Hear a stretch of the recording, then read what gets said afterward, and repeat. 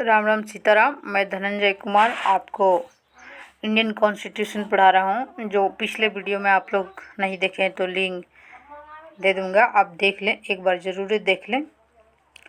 और इसमें पिछले वीडियो में मैं आपको बताया था कि भारतीय संविधान में 22 भाग और 395 आर्टिकल हैं। जो भाग 1 में 1 से 4 आर्टिकल तक दिए थे। जो भाग 1 में संघ और राज्य क्षेत्र मतलब यूनियन है भारत, और आर्टिकल 1 में क्या था कि भारत राज्यों का संघ है। 2 में है संसद राष्ट्रपति को पूर्व सूचना देकर किसी भी विदेशी राज्य को अपने मिला जा सकता है, जैसे कि विदेशी सिक्किम जो था वो भारत में मिलाया गया 16 मई 1975 को। आर्टिकल 3 में क्या दिया गया है कि राज्यों का नाम चेंज कर सकते हैं, जैसे बिहार को झारखंड, उड़ीसा को उड़ीसा, ये नाम चेंज हो सकता है। आर्टिकल 4 में क्या लिखा है कि 2 और 3 को किया गया संशोधन आर्टिकल 368 के बाहर रखा गया है। इस संशोधन के राष्ट्रपति नहीं रोक सकते हैं। तो आइए आपको भाग 2 में नागरिकता बताते हैं। कोई भी देश अपने मूल निवासियों को कुछ विशेष अधिकार देता है। इन अधिकार को ही नागरिकता कहा जाता है। भारत में एकहरी नागरिकता है, अर्थात हम केवल देश के नागरिक हैं, राज्यों को नागरिक नहीं बल्कि निवासी हैं। राज्य के निवासी हैं और देश में नागरिक हैं, देश का नागरिक हैं और राज्य का निवासी हैं।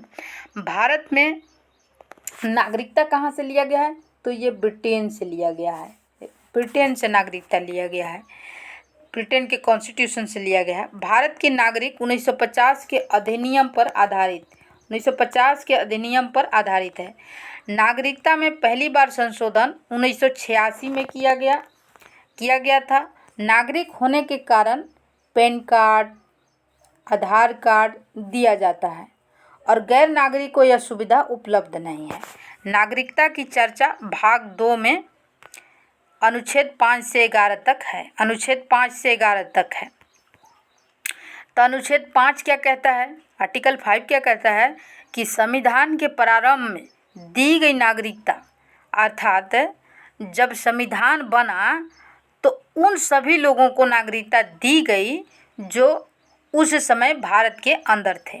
वो तो भाई जैसे है वैसे तो देना ही था। अब आर्टिकल 6 जो है, पाकिस्तान से भारत में आए लोगों को नागरिकता, किंतु यदि वह संविधान बनने के बाद आएंगे तो नागरिकता नहीं मिलेगी। तो सही बात कहा गया। तो अनुच्छेद 7 क्या कहता है? आर्टिकल 7 कहता है कि स्वतंत्रता के बाद भारत से पाकिस्तान चले गए ऐसे व्यक्ति जो संविधान बनाने से पहले लौट आए तो उन्हें नागरिकता दी जाएगी। तो सही है। आर्टिकल 8 कहता है कि विदेश भ्रमण एवं नौकरी करने पर भारत की नागरिकता समाप्त नहीं होगी। सही बात है, जो बाहर जाएगा तो कैसे समाप्त कर सकते हैं? जब वहाँ की नागरिकता ले लेंगे तो यहाँ का समाप्त कर दिया जाएगा। आर्टिकल 9 क्या कहता है? अनुच्छेद 9 कहता है कि विदेशी नागरिकता लेने पर भारत की नागरिकता समाप्त कर दी जाएगी। ये अनुच्छेद 9 में है। 8, विदेश आप बाहर जाइएगा तो आपका भारत यहाँ नागरिकता ख़त्म नहीं करेगा, लेकिन विदेश में आप नागरिकता ले लेंगे तो यहाँ भारत में नागरिकता आर्टिकल 9 में ख़त्म कर दिया जाएगा। ये लिखा गया है। अनुच्छेद 10 में भारतीयों की नागरिकता बनी रहेगी तब तक जब तक कि वह कोई देश विरोधी कार्य नहीं कर सकते। देश विरोधी कार्य नहीं कर सकते तब तक आपका नागरिकता बना रहेगा। जब देश हित में काम करेंगे तो भारत के नागरिक हैं, और जब देश विरोधी काम करेंगे तो आर्टिकल 11 कहता है कि नागरिकता संबंधी कानून संसद बनाती है या जिम्मेदारी गृह मंत्रालय को दे दी गई है। नागरिकता प्राप्त करने की विधियां क्या क्या है?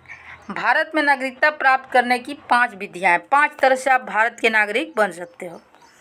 जन्म के आधार पर, भाई हमारा तो जन्म के आधार पर नागरिक हैं भारत के। हम कह सकते हैं कि हम जन्मों से रहते हैं। भारत में जन्म लेने वाले सभी बच्चों को नागरिकता दी जाएगी यदि उनके माता पिता भारत के नागरिक हों। एग्जाम्पल जैसे हम सभी। विदेश में जन्म लेने वाले बच्चों को भी नागरिकता दी जाएगी यदि उनके माता पिता या दोनों में से कोई एक भारत का नागरिक हो।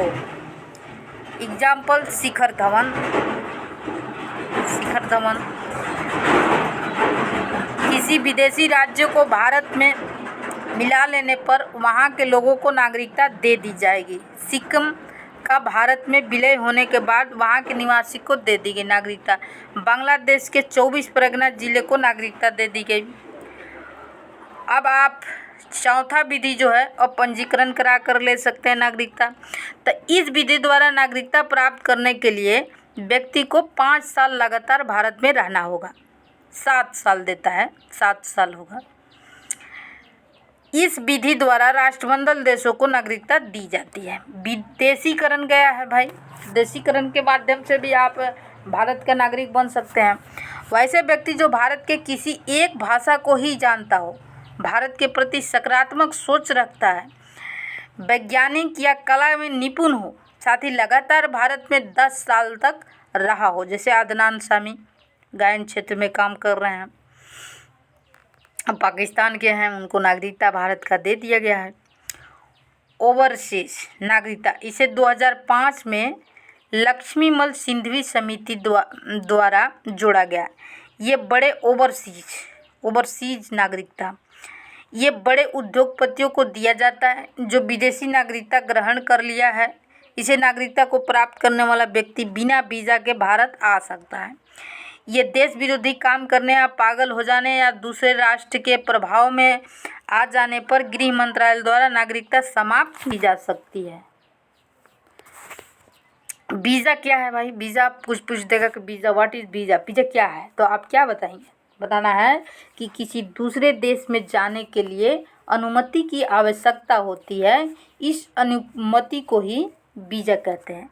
बिना वीज़ा किसी दूसरे देश में प्रवेश नहीं कर सकते हैं। सही बात है, हमें तो बताना होगा ना कि हम यहाँ से आए हैं। वीज़ा से वो देख के हमें बता देगा कि फलाना जगह का आदमी है। पासपोर्ट क्या है? अपने देश को छोड़कर दूसरे देश में जाने के लिए खुद अपने देश से अनुमति लेनी पड़ती है, जिसे पासपोर्ट कहते हैं।